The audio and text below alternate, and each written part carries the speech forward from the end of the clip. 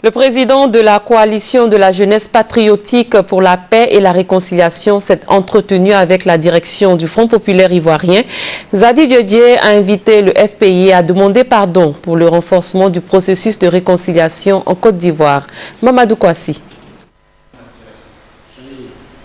La coalition de la jeunesse patriotique pour la paix et la réconciliation, avant d'entamer sa caravane de cohésion sociale en Côte d'Ivoire, est allé présenter son projet à la direction du Front populaire ivoirien FPI. Occasion pour le leader de la jeunesse patriotique d'inviter le FPI à la modération et à accepter de demander pardon au peuple ivoirien pour le tort qu'il aurait commis.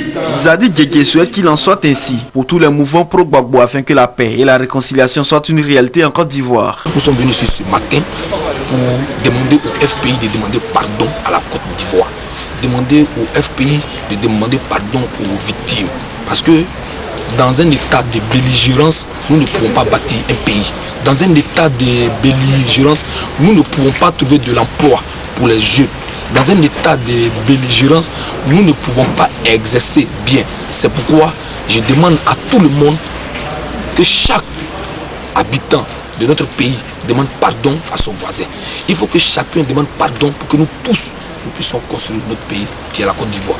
Zadi Diedie annonce également la tenue du 14 au 16 septembre prochain d'une rencontre des leaders de jeunesse africains pour la non-violence, ici même à Abidjan. La caravane pour la paix et la réconciliation démarre le 10 août prochain par la localité de Sikenti. Elle va parcourir de nombreux villages et villes de la Côte d'Ivoire. Cette caravane va durer 6 mois. Et pour les initiateurs, cela devrait permettre de panser les plaies et d'aider à la stabilité de la Côte d'Ivoire.